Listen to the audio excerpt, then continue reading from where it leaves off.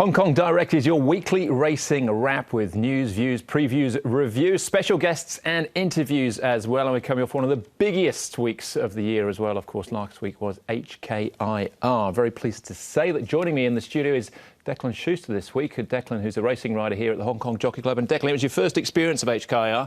I know you've enjoyed lots of Melbourne Cups and big races in Australia. What do you make of it all last week? It was great. It was really good fun. It was a fantastic experience, and meeting all people from around the world as well and enjoying the international racing and the Group 1 quality really was fantastic. Japanese ultimately dominated. Did you get a feeling building up into the weekend there was a bit of confidence around those horses? I think there was a little bit, and especially with a number of the horses. They had a number of chances in each race, and there was a few that were going to go really well in each race. So. Yeah.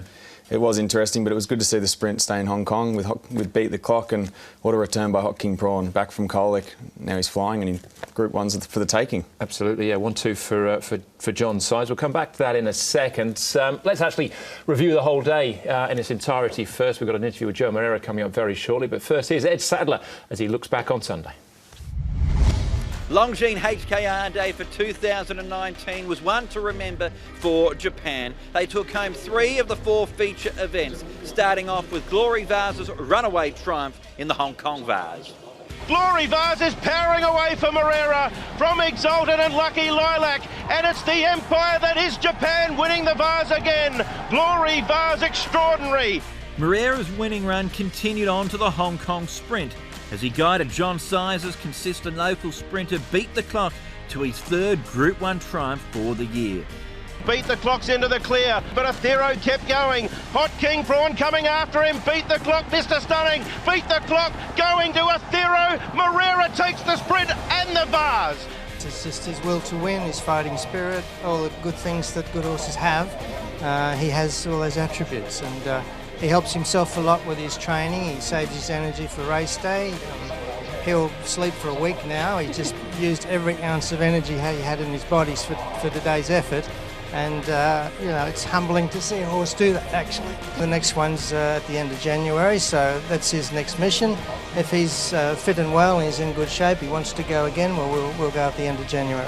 Hot favourite Athero finished 3rd, with a subsequent veterinary exam revealing that the 3-year-old had a fever the morning after the race. All eyes were on Athero's stablemate Beauty Generation in the Hong Kong Mile. John Moore's champion was attempting a 3rd consecutive win in the $25 million event, but the fairy tale result didn't eventuate. Instead, it was Admired Mars who became the 4th Japanese winner in the race's history. Admire Mars, Waikuku, Indy Champ back to the rail. Beauty Generation tiring. Admire Mars and Waikuku have gone to him. Admire Mars from Waikuku. It's the Japanese 3-year-old colt Admire Mars to win the mile. It was an emotional win for the connections of Admire Mars after the recent death of the horse's owner, Ryuichi Kondo. For jockey Christophe Soumillon, it was his 2nd HKIR triumph, 11 years after winning the Hong Kong Mile on Good Baba. He was the best 2 years old last year in Japan, probably the best 3 years old this year in Japan as well. So I know he can stay that distance quite well. He has some good gate speed. He likes the ground, so I was quite happy. And I told the lad before the race, when I saw the odds on the screen, I said there was something wrong there, because for myself he should be in the first 4 favourites.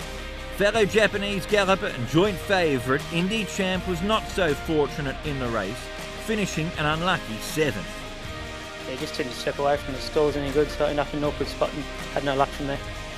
Hong Kong's richest race, the Hong Kong Cup, also went to the land of the rising sun, as Winbright maintained his perfect record at Sha Tin after saluting in the QE2 Cup earlier in the year. Winbright, he's as tough as they come, Winbright. He's asserting his authority. Magic Wand down on the rail late, but Winbright will create a great day's history for Japan and takes the cup. Hong Kong racegoers mightn't have seen the last of Winbright either, after his connections suggested that the Grey Stallion could return for next year's QE2 Cup. The next big event in Hong Kong racing is the 4-year-old Classic Series, and more than this, put forward his case as a contender in the series with his last to first victory in the day's finale.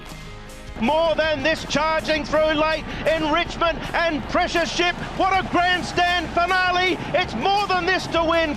The first leg of the Classic Series is the Hong Kong Classic Mile, which will be run on the 27th of January. We'll come back to that in due course. It was a huge win, though, for more than this. Let's concentrate on the international races, Declan. We'll start off with the Cup. An extraordinary win again for Winbright. Broke the track record. He won the QE2 here back in April, and offer probably a not ideal preparation. Wins again. I think he's an interesting horse because we've seen the trainer really knows when he's going to peak, and he gets his condition up. And he spoke about that all week when we interviewed him, that he was getting his condition up and that he was now at a peak where it was what he was when he came and won in April. So, and we saw that. He won 2 from 2. And I think the most exciting thing as well is he's going to come back for more next year. He's going to run in the Group 2 Nakayama Kinnan, and then he's going to come straight into the QE2 Cup and look to go 3 from 3 at Sha Tin. Interesting they stay with their local rider as well. Quite often they go for the big international name, as we saw with Moreira and Sumion, but they stuck with Matsuoka. Yeah, it is interesting. I think he's had a bit of success with the stable as well, so there's a bit of history behind that. But it's quite encouraging to see that, and especially for the locals in Japan as well. Magic Wand, a little bit unlucky though as far as she was concerned. And he got, actually, Matsuoka, you got 8 days in total, 4 days on the first circuit and then 4 days coming down the straight. They run concurrently, but she was brave in defeat, wasn't she? Yeah, she was, and she was unlucky, and we saw the reaction of Ryan Moore after in the beaten jockeys. Yeah. He wasn't too pleased with that, but, you know, she's got more stamps in her passport than I do, so she's going to keep travelling the globe, and it's going to be really interesting to watch her career. What about continue. The mile, Beauty Generation? The top of the straight, I thought, here we go, it's on for Beauty Generation, because he travelled so much stronger this time, but I don't know if it's just his legs, maybe his age catching up with him, I'm not sure, but... Not sure. I mean, we've seen those 2 runs now. He's sort of lost his zip in a sense in that way. I'm just like you, though. I saw when he came to the top of the straight, I thought, oh, here we go, we're back. Yeah. But we didn't quite see that. We saw Admire Mars. I mean, what a horse. But Indy Champ, just so unlucky after stepping away slowly. But, you know, what do you do in that sense with Damien Lane? He's trapped there and he's got nowhere to go. So that was the hard luck story of the race. But he's going to go back to Japan. He's going to come back bigger and better, depending on where he goes as well. But Admire Mars, and now Sumion's got 2 wins in the race, as Ed alluded to after Good Baba. So, yeah. Beauty Generation, by all accounts, will keep pressing forward. The Stewards Cup looks next for him. That's the middle end of January, I think. But Waikuku on that run, he now looks like he's got his number. You would have to say, in a sense, that Waikuku is now, I don't know, the heir to the throne in a sense. He's now our number 1 miler in that sense. John Sizes, he's won 5 of these Stewards Cups before, so you'd have to think that he's the top seed in terms of not only Hong Kong, but, yeah, our milers. All right, that's all to come. Let's get back to Ed, though, now with Joao Moreira, looking back on what was a fantastic day, winning the 2 Group 1s, the Vase and the Sprint. Joao Moreira, let's look back on a wonderful day at the races for you, International Day 2019. Looking at the Hong Kong Sprint, you're on Beat the Clock. Horse who'd won 2 Group 1s for you the season before, but all the talk was on Athero leading into the race. Did you feel like your horse had flown below the radar a little? I think they were kind of underestimating him a little bit, probably because he has had only 1 run for the season, and was a good run, but not eye-catching. But what he was able to produce when came to the big day was outstanding, and he was showing to the world what he's got. Very talented horse. He is indeed. Let's have a look together at how it all unfolded. You jumped from barrier 3. He wasn't the quickest away, but soon enough you managed to get onto the rails. You settled midfield. After they completed the first couple of 100 metres of the race, were you happy with your position in the run? He didn't break very well because he was kind of jig-jogging inside of the gate. When the gates open, he kind of jumped a little bit up on the air, putting himself behind a few horses, but he ended up being in a very good position, 3 back on the fence, genuine pace, behind the good horses, a horse that was always going to take him forward. And obviously when we passed halfway through the corner, I was extremely happy to be where I was. Were you worried, though, coming towards the corner that you're back on the fence? Were you worried that you might get boxed in there? We would always be worried, but sometimes we have to take a chance, and then obviously this is a very good example of sometimes it pays off, you know. Good horses can overcome tough situation, and he seems to be one of them. Here at the top of the straight, you've got a choice to make. Do you go inside or outside of Mr. Stunning? Why did you decide to go to the outside? Well, the run was available. He would always get a clearer run over there if Even if Mr. Sunny moved around, I could always skip away from him. On the inside, if I gamble in there and Mr. Sunny actually hangs in a little bit, that might put me in a very bad spot. So if there is two options, inside or outside in a clear run, I would always go to the outside. And that was the case. Once I pop him on the outside, he dashes home, and 100 meters to go, I knew he was going to be the winner. He's a good horse. He tries his best always. Do what he's done. Very, very few horses can do. Being on the top 3 in more than 21 races. So, and being his rider is such a pleasure. And for you as well, with this horse and with his trainer, John Size, you two have combined for so many wins together. You're a formidable partnership. But this was your first win together on International Day, our biggest day of racing here in Hong Kong. Is this your most special moment together? I would say so, because Size hasn't had that much of luck on the international days, and I was always aware of that. And being able to break the enigma of him not being that lucky on winning with one horse, for him, it is such a pleasure. Size has done more than enough to deserve to be winning those big races, and I'm very proud and pleased to be associated to one good horse that he had that was able to make it. But as I always say, good horses make jockeys and trainers' life much easier. They certainly do. That and John Size with the 1-2, not just the winner, beat the clock, but the Hot King Prawn was flying as well. DB Pin ran a massive race, as did Full of Beauty as well. But beat the clock, took out the sprints. But that's not it for Joe. We'll be looking back after the break on more glory for Joe in the Vase.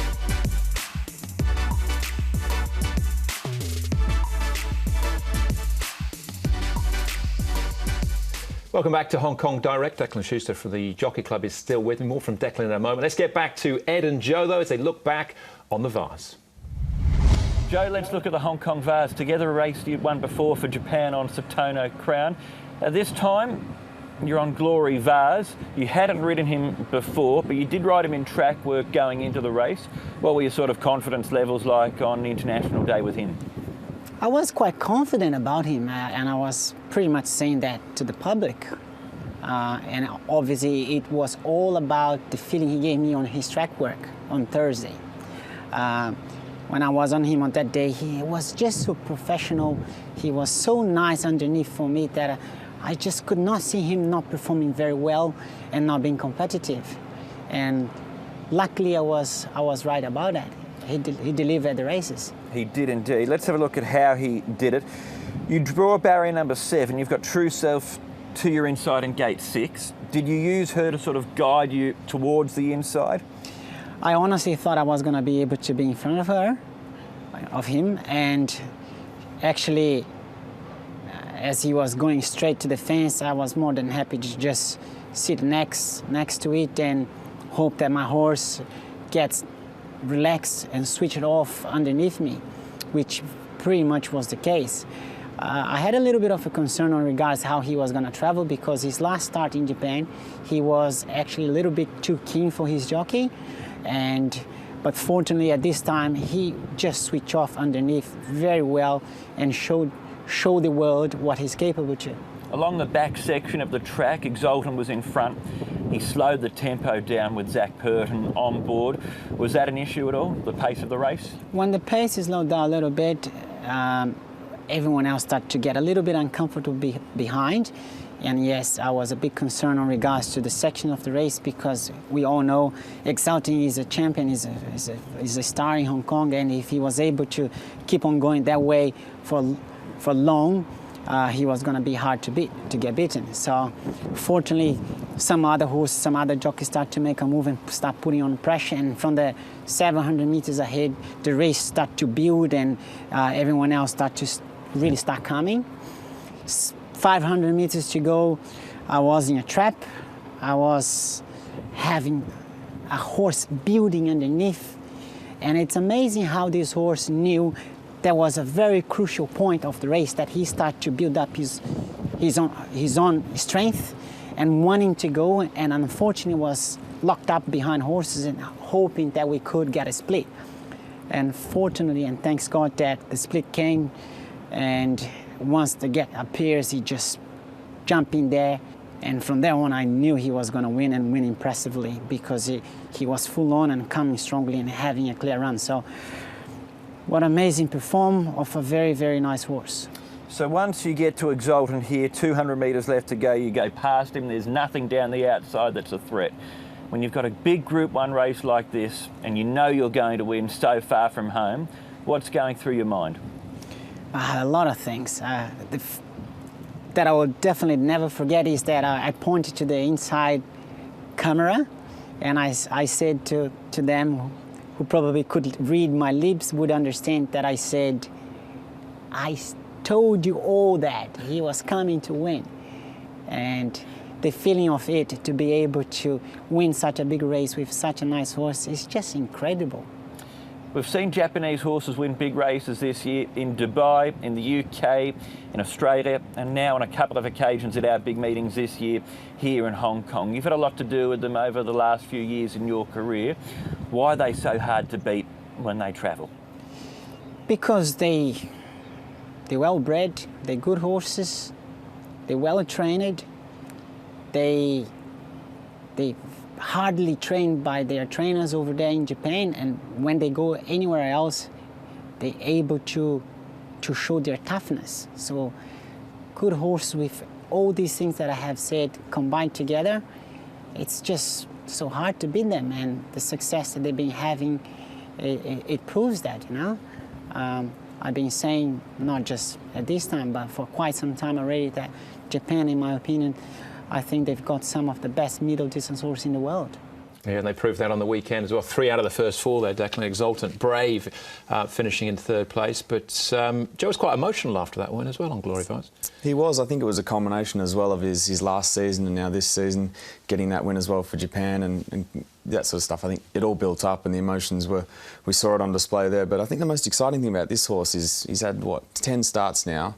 He's young. Where's he going to go next? I think the world's his oyster. Do they come back to the internationals again? Do they go to an ARC, Australia, anywhere? Yeah, well, Silk Racing was obviously the big buzz about and I coming here, but Glory Vase has done them proud. And, you know, if he gets up into the ratings in the mid-20s internationally, then he's going to be competing in some of the biggest middle distance races in the world, if that's what they want to do. He can go anywhere. And I think as well, it's with Exultant coming second. We saw he's beaten home Liz Grasser, who's gone and won a Cox Plate, and now she's going to be second favourite for the Irene McKinnon in December. So the form is clearly there. It's really strong, and he's only raced now 10 times. So it's going to be really exciting watching his career unfold. What on Exultant had to try and do it the hard way, basically from the front. They went 2 seconds quicker, I think, than last year. Nearly Viva Pataka's track record, in actual fact, a couple of tenths outside of that. But he's still there right in the finish to finish in 3rd place. It's a huge run, all things considered.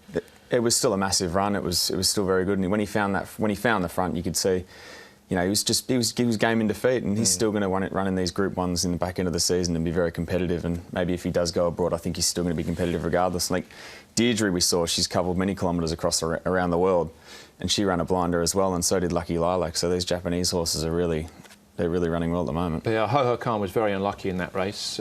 Keep an eye on him for wherever he might be going next. What about Joe, though, just in general? 2 Group 1s, 5 winners on the day, top of the Jockeys Championship at the moment. He's reclaimed that domination we saw, in a sense, where he, 170-odd winners that season. So, I mean, he's absolutely flying at the minute. 2 winners on Wednesday as well. So, sorry, 1 winner on Wednesday as well. So.